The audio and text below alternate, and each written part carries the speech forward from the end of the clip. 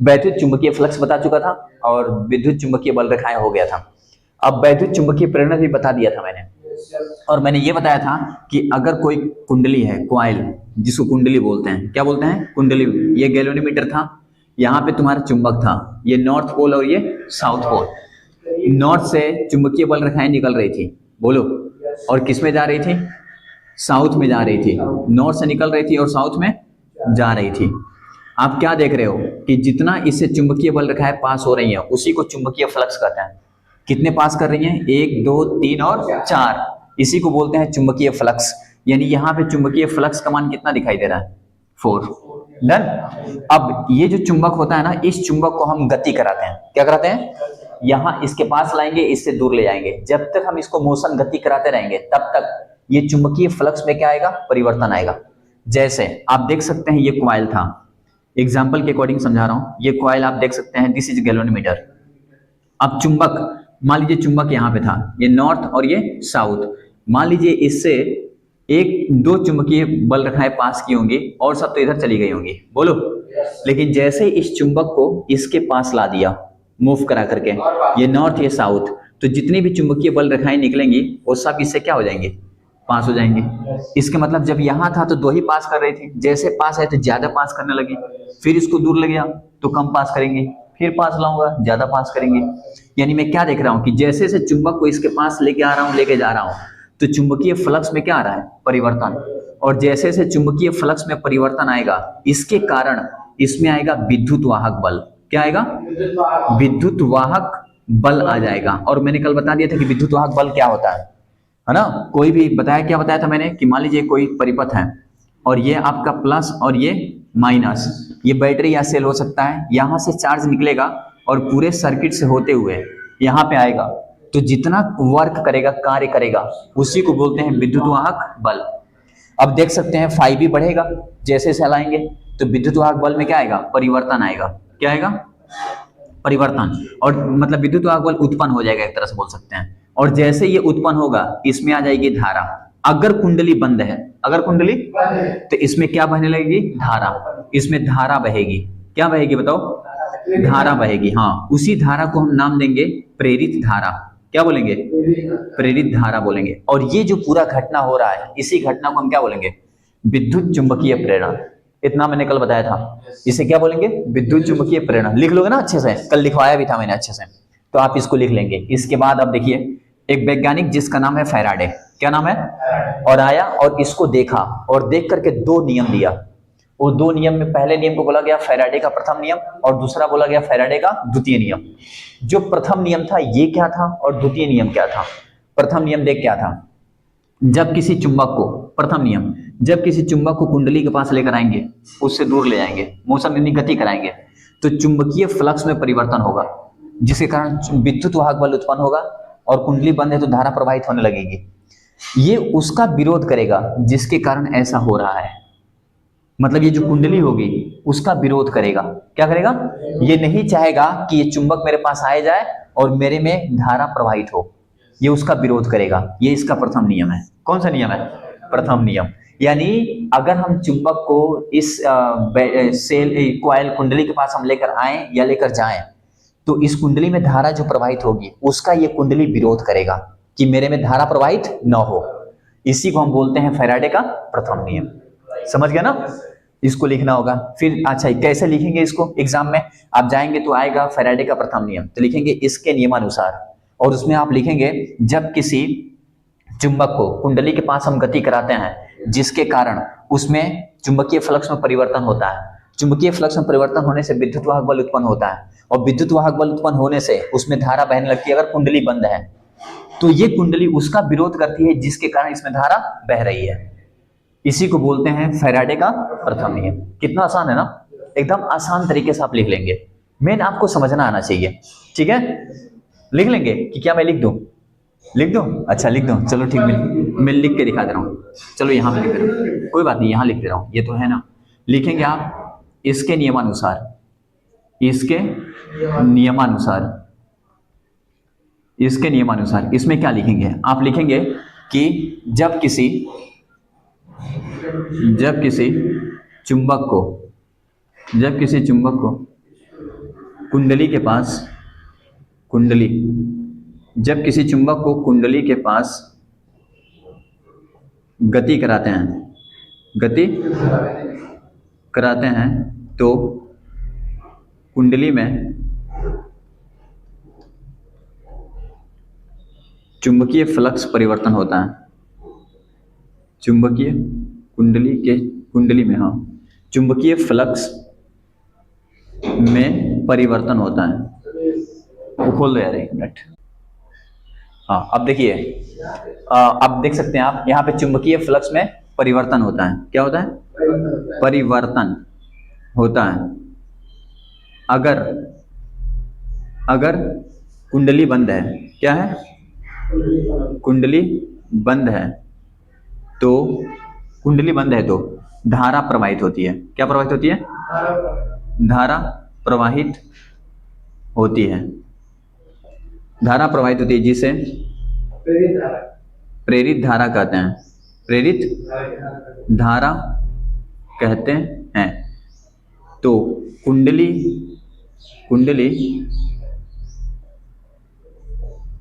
उस धारा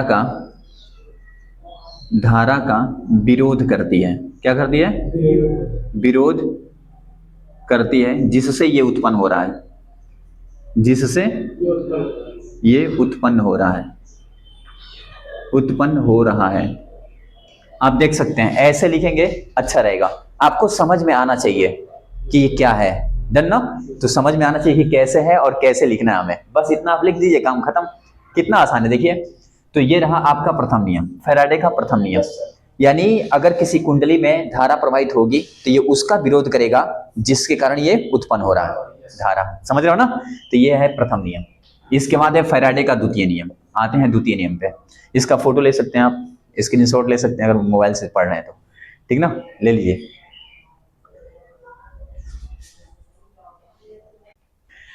तो ये रहा फैराडे का प्रथम नियम। आई होप कि आप लोग समझ चुके होंगे। अब इसके बाद आता है फैराडे का द्वितीय नियम। ये प्रथम नियम था, अब द्वितीय नियम। द्वितीय नियमानुसार, इसके अनुसार ध्यान सुनना, जब किसी चुंबक को कुंडली के पास लेकर आते हैं और उसके पास गति कराने लगते हैं, तो गति कराने से क्या होता है? इसके चुंबकीय फ्लक्स में परिवर्तन होता है। डन? तो यार समय तो लग रहा होगा ना भाई, कोई चीज हो रहा है तो समय तो लग रहा होगा ना? तो समय लग रहा होगा। अच्छा, जिसके कारण चुंबकीय फ्लक्स परिवर्तन होने से विद्युत वाहक बल आता है। विद्युत वाहक बल को ई से लिखते हैं। किससे लिखते हैं? ई से लिखते हैं। तो इसका जो विद्युत वाहक बल ई होता है, ई, वो डायरेक्टली समानुपाती, मतलब समानुपाती होता है। क्या होता है? समानुपाती होता है चुंबकीय फ्लक्स के, जो चुंबकीय फ्लक्स उत्पन्न हो रहा है, चुंबकीय फ्लक्स के समय के साथ, यानी चुंबकीय फ्लक्स के दर के समानुपाती होता है। कौन? विद्युत वाहक बल।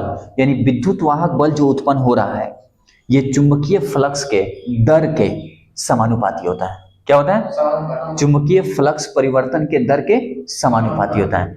चुंबकीय फ्लक्स के परिवर्तन के दर के, लेकिन आगे लग जाता है माइनस।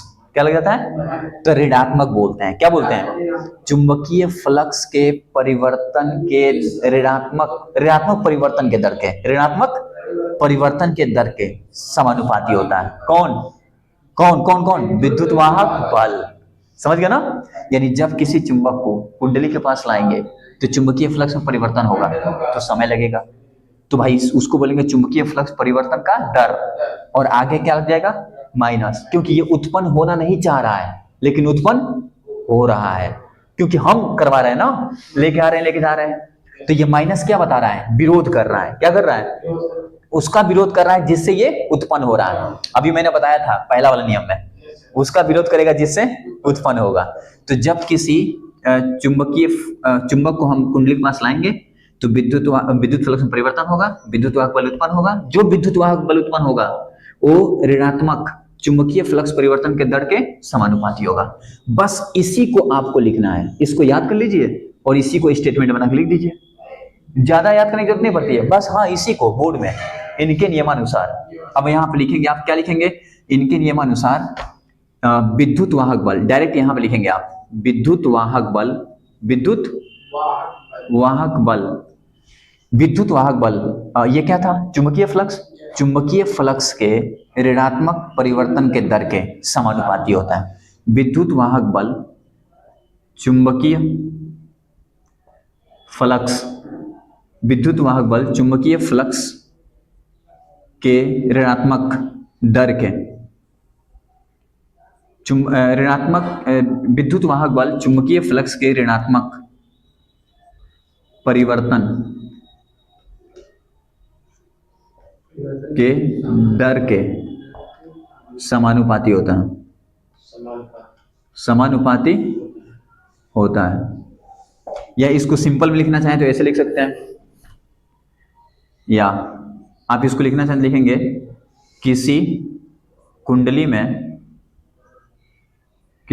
में उत्पन्न होने वाले विद्युत वाहक बल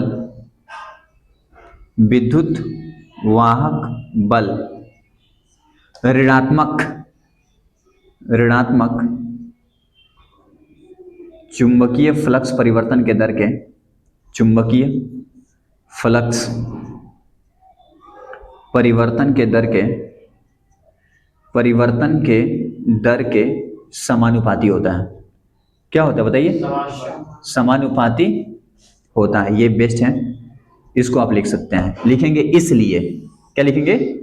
इसलिए E इक्वल टू समानुपाती माइनस डी फाई बी। ये क्या है बताइए? D phi B upon D T. जब भी टाइम नीचे होना तो इसको दर बोलते हैं। क्या बोलते हैं? और ऊपर डी है, डी मतलब परिवर्तन, डी मतलब तो D phi B upon D T. E equal to E समानुपाती minus D phi B upon D T. और जब इसको हटाते हैं तो क्या आता है? कांस्टेंट, कांस्टेंट आएगा। तो उस कांस्टेंट को अभी लिखूंगा, इतना पहले लिख लीजिए। देखिए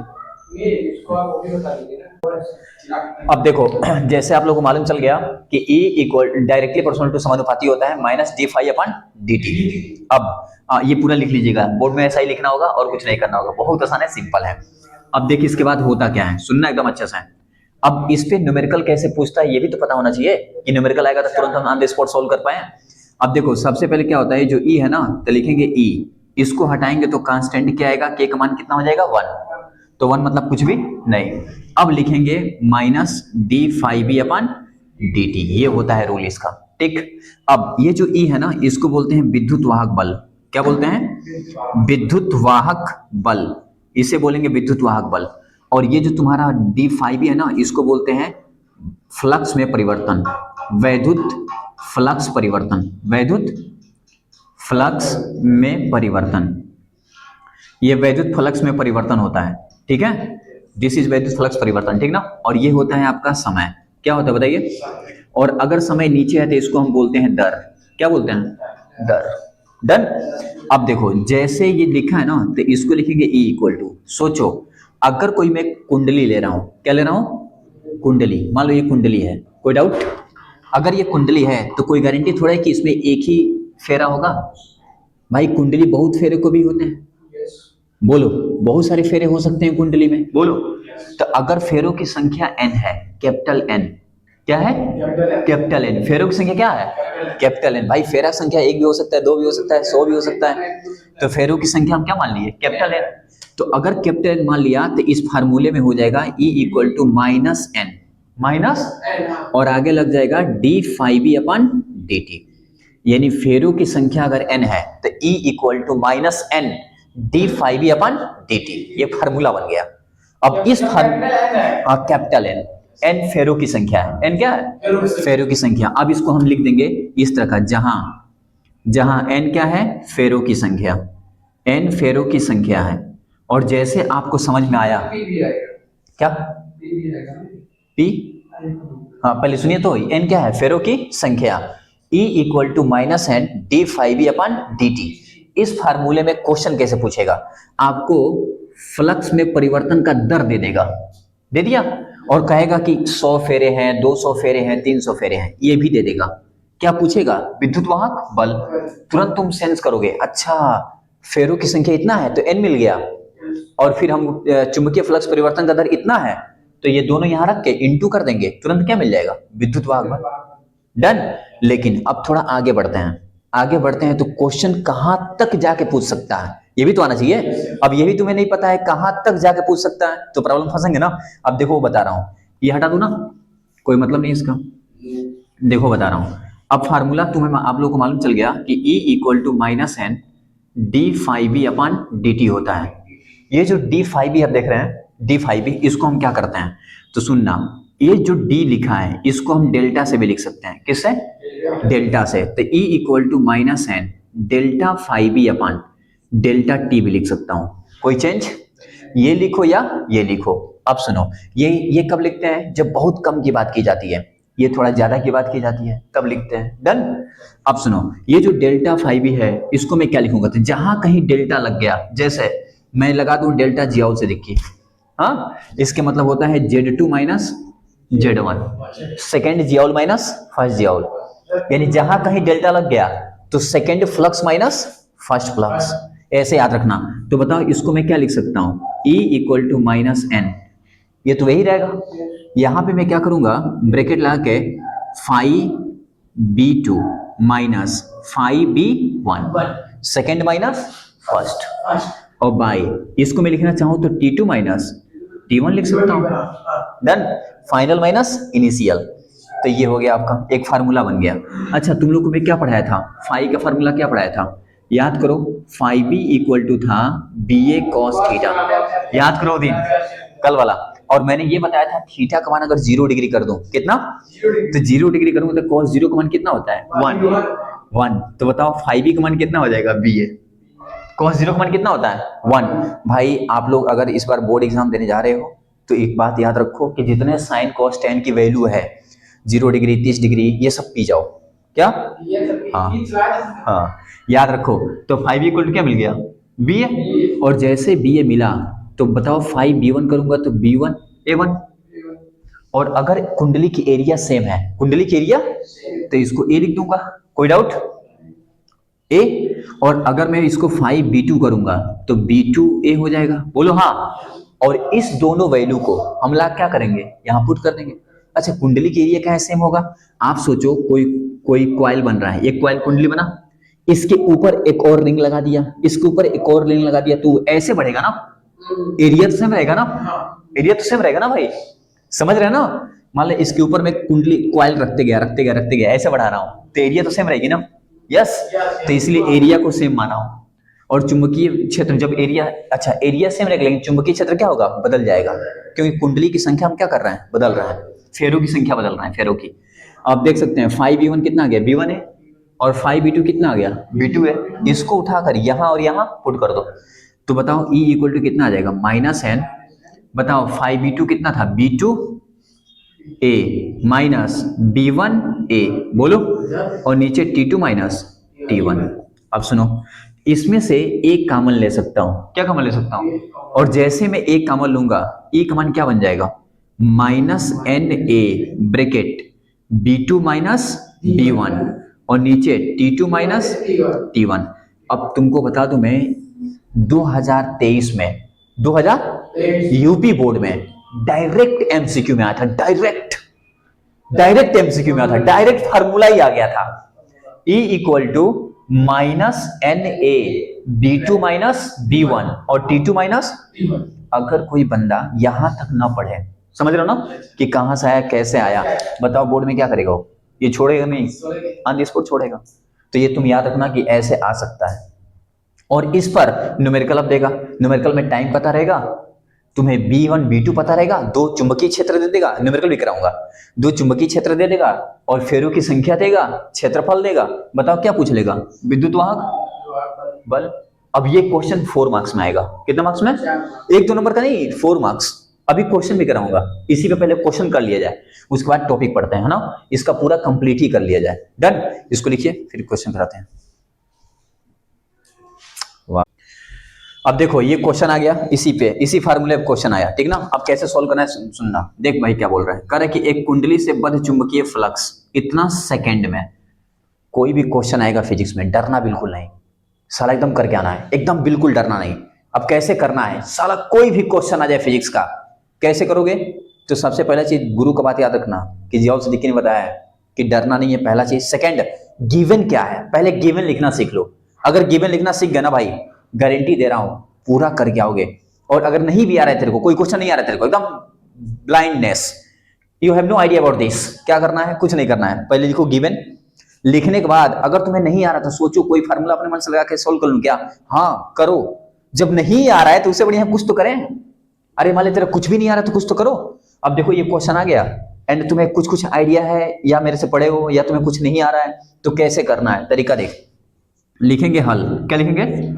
अब देख कुंडली दिया है, चुंबकीय फ्लक्स इतना सेकेंड, ये तो मालूम चलो ना सेकेंड किसका मात्रक है? टाइम। तो बताओ टाइम कितना दे दिया है? 0.1 सेकेंड। कितना सेकेंड? 0.1 सेकेंड। सबसे पहला चीज दिया है, ऊपर लिख दोगे दिया है। क्या लिखोगे? दिया है। सबसे पहले ये लिखना सीखो। कोई भी एग्जाम हो एकदम अच्छे से करके आओगे, कहीं भी जाओगे तो। सेकेंड मिल गया। कह रहा है कि मैं वेबर से इतना वेबर, 0.1 सेकेंड में, एक क्वेश्चन में वेबर दिया नहीं है इसका, यहां पे लिखना चाहिए 1 वेबर। कितना वेबर? 1 वेबर से लिख दे रहा हूं मैं, 1 वेबर से 0.1 वेबर। तो बताओगे 1 वेबर बोला है, वेबर किसका मात्रक होता है? फ्लक्स। कल लिखवाया था फ्लक्स। तो बताओ फाई इतना से इतना जा रहा है ना, तो फाई B1 बताओ कितना दिया है? 1 वेबर। कितना दिया है? 1 वेबर से फाई B2 कितना गया बताओ? 0.1 वेबर। तो 0.1 वेबर। अब सुनो 2 मिनट के लिए बता रहा हूं। वेबर किसका मात्रक है? मात्रक से पकड़ोगे, किसका मात्रक है? फ्लक्स का। फ्लक्स का, चुंबकीय फ्लक्स का। इतना से इतना जा रहा है तो ये पहला वाला है और ये दूसरा वाला, तो 5B1 इतना और 5B2। अच्छा आप सुनो, कर दिया था है कुंडली में प्रेरित विद्युत वाहक बल निकाल। विद्युत वाहक बल को कैसे लिखते हैं? ई से। तो ये हमको निकालना है, लो क्वेश्चन मार्क, यानी दिया में इस तरह लिखोगे और जैसे तुम इस तरह लिख लोगे दिया है। अब सॉल्व कैसे करना है सिखा रहा हूं। सबसे पहले सोचोगे इसका कौन सा फार्मूला है जिसमें फ्लक्स हो और टी हो। तो अभी मैंने पढ़ाया था फार्मूला, हो क्या था फार्मूला? E = -d। अच्छा इसमें उसके संख्या नहीं दिया है, फेरो की संख्या, तो n नहीं लगाएंगे, n नहीं लगाएंगे। जब फेरो की संख्या ना दिया हो तो n नहीं लगाएंगे। अब देखो यहाँ पे डी फाई लिखो या डेल्टा फाई अपान क्या लिखोगे? Delta T. ये फार्मूला तुम पीछे का पढ़ लेना, अभी पढ़ा चुका हूं, ठीक ना, देख लेना लेक्चर। तो यहाँ पे हो गया delta phi B upon delta T. अच्छा अभी मैंने बताया इसको मैं क्या लिख सकता हूँ? 5B2 - 5B1। अब इसको मैं यहाँ पे लिख दे रहा हूँ। अच्छा यहाँ तक देख, उसमें दिख रहा है कि नहीं? दिख रहा है ना, ये पूरा नीचे। तो इसको मैं लिखना चाहूँ तो ऐसे लिख सकता हूँ, इधर देखो -5B2 सॉरी डेल्टा रहा -5B2 - 5B1 और नीचे क्या लिखूंगा? डेल्टा टी, क्योंकि टाइम एक ही दिया है। अब बताओ इसको मैं क्या लिखूंगा? माइनस, बताओ B2 कितना दिया है? तो लिखोगे 0.1 माइनस ये कितना दिया है? 1 और बाय नीचे कितना दिया है? टाइम 0.1, तो 0.1। अब बताओ -1 में से 0.1 गया तो 0.9, 1 रुपया है, 1 पैसा चला गया तो कितना चला गया? मतलब 10 पैसे चला गया, 10 पैसे तो कितना बचा? 90 पैसा। तो 0.9 लिखेंगे, यानी लिखेंगे -0.9 क्योंकि ये बड़ा है और ये और माइनस माइनस क्या हो जाएगा? प्लस और बाई 1 यानी आ जाएगा 0.9। देखो ना, एक में से 0.1 गया, 0.9 माइनस में रहेगा और माइनस माइनस प्लस और 1 मतलब कुछ भी नहीं, यानी 0.9। ये ई का मान आ गया। ई का मात्रक क्या होगा इसका बताओ? अगर कोई बच्चा बोर्ड में जाने के बाद मात्रक नहीं लिखा, क्या नहीं लिखा, पूरा मार्क्स कट जाता है। हाँ काट देगा मार्क्स। तो मात्रक की बहुत नेसेसरी। हाँ ना यार, इसका मात्रक होता है वोल्ट। क्या होता है? यानी विद्युत वाहक बल का मात्रक क्या होता है? वोल्ट, यानी 0.9 वोल्ट। याद रखिएगा, वोल्ट लिखेंगे। क्या लिखेंगे? वोल्ट। यानी कभी भी कोई पूछे कि विद्युत वाहक बल का मात्रक क्या होता है तो क्या लिखोगे? वोल्ट, यानी 0.9 वोल्ट। हाँ 0.9 वोल्ट। समझ गए ना आप? तो ये इसका आंसर है। हाँ 4 नंबर नहीं, 2 मार्क्स वाला है अभी। हाँ 2 मार्क्स का है, आप ऐसे कर लीजिए, सिंपल। कितना आसान है, लिखो जल्दी फिर बता दो। मैं कर लूंगा यार। अब देखो क्वेश्चन सेकंड, उसी फार्मूला पे, एट द सेम फार्मूला, जो फार्मूला था E = -d5E/dt, उसी फार्मूले पे क्वेश्चन है। अब इस तरह क्वेश्चन आता है ना तो स्टूडेंट डर जाते हैं। क्या होता है? वो डर इसलिए जाते हैं क्योंकि देखते हैं 5 × 40³ 5t², ये क्या है भाई? और जानते हैं सबसे बड़ी गलती क्या करते हैं? इस t = 2 को यहां यहां यहां पुट कर देते हैं और आंसर ला के खोलते हैं, आ गया आंसर। क्या हो गया? आंसर आ गया। And this is totally wrong. ये क्या है, गलत है। ऐसे आपको नहीं करना है। क्या करना है, देखिए फ्लक्स फाइव ही दिया है। सबसे पहले क्या करेंगे आप, लिखेंगे हल। ये कॉपी है तुम्हारा जहां पे तुम सोल्व करोगे बोर्ड में, ठीक ना। लिखोगे हल और लिखने के बाद लिखोगे दिया है। क्या लिखोगे बताओ, बताओ फाइव का मान कितना दिया है, मतलब फाइव का मान कितना दिया है। बी लिखो या फाइव लिखो। 4t³ minus 5t² minus 10t plus 70। बताओ यहां तक कोई डाउट। जो दिया है मैं केवल वही लिखा हूं, बोलो यस। तो ये दिया है, हो गया। अच्छा वेबर दिया है, वेबर मतलब फ्लक्स। अब देखो क्या बोला है, टाइम कितना दिया, 2 सेकंड पर कुंडली में प्रेरित विद्युत वाहक बल पूछा है, यानी ई का मान पूछा है। किसका मान, तो ई का मान फार्मूला पता होना चाहिए। अगर ई का फार्मूला पता है तो बताओ ई इक्वल टू क्या था, d∅/dt। अच्छा मैं डेल्टा वाला क्यों नहीं लगाया, ये क्यों नहीं लगाया भाई, क्वेश्चन है कि नहीं है, ये काहे नहीं लगाया तुमने। तो देखो यहाँ लिखा है ताक्षणिक। क्या लिखा है, ताक्षणिक मतलब बहुत कम, बहुत कम। तो इसीलिए कम बोलता है ना ताक्षणिक, तो डी लगाते हैं, d∅/dt। अब बताओ फाई का मान ये पूरा है कि नहीं, इस पूरे वैल्यू को उठाकर यहां पुट कर दे, और जैसे यहां पुट करेगा बताओ क्या होगा, d/dt bracket 4t³ minus 5t² minus 10t plus 70। बताओ कोई डाउट। अब ये d/dt इसके लिए भी, इसके लिए भी, इसके लिए भी और दोनों के लिए। तो E इक्वल टू आपका हो जाएगा d/dt 4t³ minus d/dt 5t² minus d/dt 10t और प्लस d/dt 70। आता ही होगा तुम लोग को मल्टीपल करना, इसका इसके साथ, इसके साथ, इसके साथ। डन। अब देखो यहां से इसको डिफरेंशिएट करना है। बताओ इसमें से किसी को डिफरेंशिएशन आता है और किसको नहीं आता। अब देखो जब इतना हो गया ना, अब इसको डिफरेंशिएट करना है। डिफरेंशिएशन किसको किसको आता है, इसमें से चारों में से किसी को नहीं आता ना, कोई बात नहीं। तो जो देख रहा है इसको में बहुत ऐसे होंगे जिसको नहीं आता होगा, है ना, जो भी यूट्यूब पे देखेगा, और या आप लोग को भी मैं सिखा दे रहा हूँ, एक एक सिखा रहा हूँ। एक फार्मूला बस अप्लाई करना है, कितना। और जानते हो प्रॉब्लम किसको होती है, जो बायोलॉजी से पढ़ते हैं, जो बायो से पढ़ते हैं ना उनको बहुत डिफिकल्टी होती है। और जो मैथ पढ़ते हैं तुरंत इसको कर लिए होंगे वो लोग, समझ रहे हो ना। लेकिन जो बायो से पढ़ते हैं, तरीका सीख बता रहा हूँ, इधर इधर मान ले तेरे को ये डिफरेंशिएट करना है, बोल यस। एक बार सीख ले हमेशा सीख जाएगा, करना है ना इसको। देख मैं इधर करके दिखाता हूँ।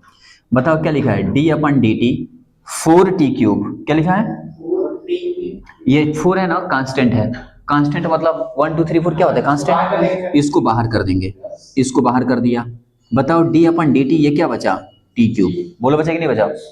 अब इसको डिफरेंशिएट करना है, तो फार्मूला याद करना है इसको, इस फार्मूले को याद करना। फार्मूला है d/dx x के power n, n x n minus 1। ये फार्मूला पी जाओ, d/dx x के power n n x n minus 1। अब सुनो ये n है ना, तो बताओ ये n की तरह है कि नहीं। बोलो जिस तरह ये दिख रहा है उस तरह ये दिख रहा है। तो यहां पे लिखेंगे 4 इंटू, अच्छा बताओ ये n आगे आ गया, तो आगे t देखो ना, x के पावर n माइनस 1, तो 3 माइनस 1। देखो ये फार्मूला अप्लाई किया हूं सेम। ये देखो n x n माइनस 1, देखो ना n x n माइनस 1।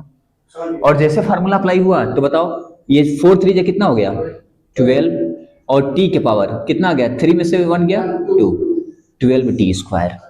यानी हाँ खत्म। यानी इसको अगर सिंपल में समझे तो बताओ 4 3 यानी नीचे वाले के ऊपर से मल्टीपल कर दे तो 12, और एक पावर कम कर दे, 3 में से 1 कर दे, सिंपल।